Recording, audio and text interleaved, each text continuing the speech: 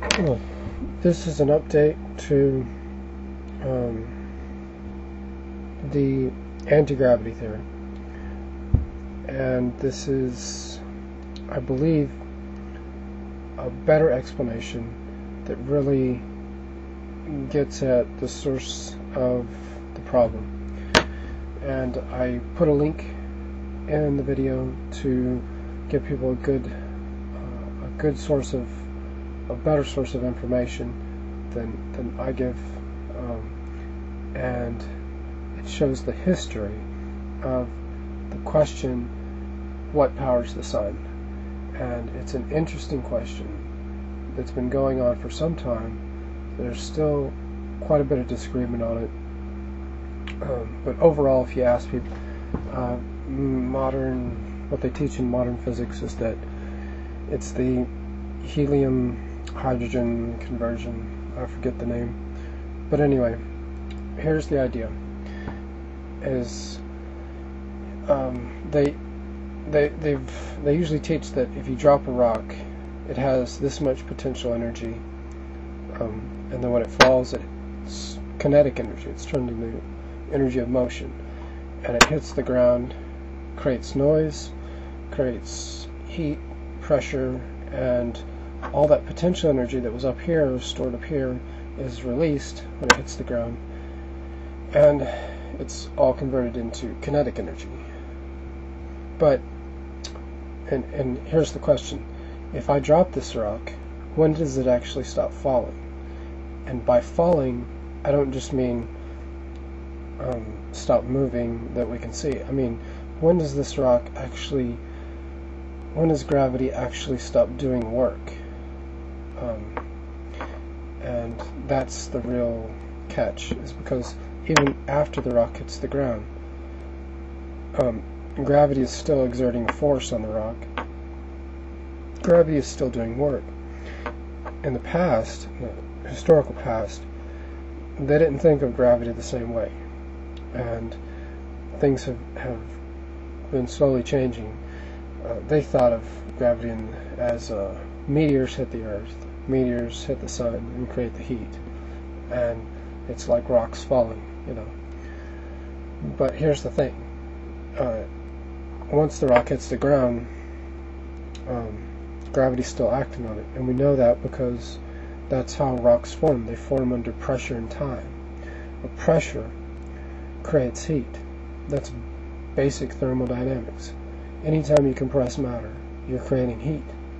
And everywhere we've got evidence of sand being compressed into rocks, creating heat. And the evidence is everywhere.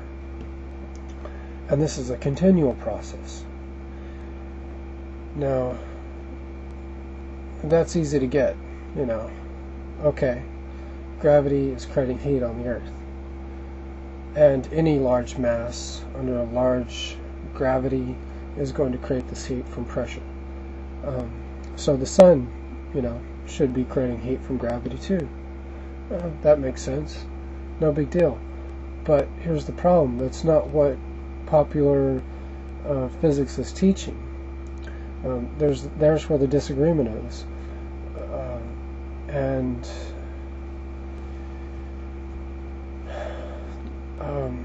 it's not just that. It's there is evidence that there's fusion taking place on Earth, but we say, well, it must be the neutrinos coming from the sun. Maybe not, because well, I'm not going to get into that, but that's just my guess. We got fusion on the Earth, and the other question that this leads to is, okay, if gravity's creating heat on the Earth, well, here's another kind of generalization of physics that's pretty useful, is that matter can't be created or destroyed. Energy can't be created or destroyed. It can only change forms. So if gravity is creating all this energy from heat, or this heat,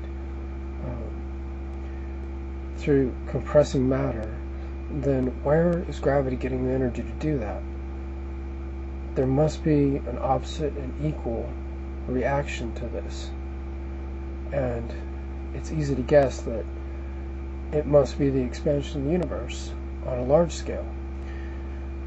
And the other thing that this does is it's really simple, but not just that, it simplifies the problem of why is there so much uniformity in the universe on the large scale. Because if you've got a lot of matter in one spot, then it's going to push matter out even more on the large scale. You see what I'm saying? It all balances out. These two forces, gravity and anti-gravity, balance each other out to create that uniformity that we see.